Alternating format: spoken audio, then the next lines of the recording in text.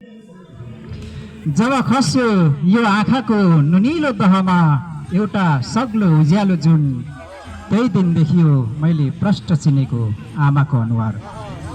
जब खस्यो यो आँखाको नुनिलो दहमा एउटा सग्लो उज्यालो जुन, त्यही दिन देखियो मैले प्रष्ट चिनेको आमाको अनुहार। यो त्यही अनुहार हो मेरी आमाको अनुहार, जहाँबाट मैले अलिकति घामको उज्यालो चोरे र आँखामा भरे। यही अनुहार हो मेरी आमाको अनुहार, जसको प्रेरणाले जीवनमा पहिलोचोटि मुस्कुराउन सिके, हाँस्न सिके र रुन सिके। यो अनुहार, यही अनुहार हो मेरी आमाको अनुहार, जसले मलाई आँसु चिनायो, मुस्कान चिनायो र चिनायो जीवनको घाम पनि।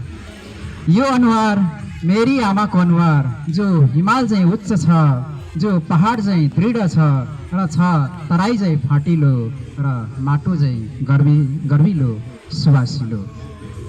वास्तवमा माटो भन्नु नै त देश रहेछ र देश भन्नु नै आमाको अनुहार। अझै याद छ पछिसम्म मेरी आमासित त्रिदै भन्नुहुन्थ्यो, पापा यो कोप्चे भिरमा कहिल्यै घाम नलाग्ने रहेछ। सायद अपेक्षा हुन्थ्यो भर्जिन प्रेमको, या त त्यो थियो एउटा नमिठो थकथक, मेरी आमाको सौन्दर्य अनायासै गायब हुनुको पीडानुभूति, जो मेरी आमाले मलाई उहिले हस्तान्तरण गरिसकेकी थिइन्, उपहार स्वरूप जीवनका रङहरू। जब खस्यो समयको निलाम्य दहमा छिप्पिँदै गरेको उमेरको ढुङ्गा र तरङ्गियो एउटा सग्लो उज्यालो जुन, सतहमा किरिङमिरिङ मुजाहरू। जब खस्यो समयको निलाम्य दहमा छिप्पिँदै गरेको उमेरको ढुङ्गा र तरङ्गियो एउटा सग्लो उज्यालो जुन, सतहमा किरिङमिरिङ मुजाहरू। यतिखेर जीवनको सुदूर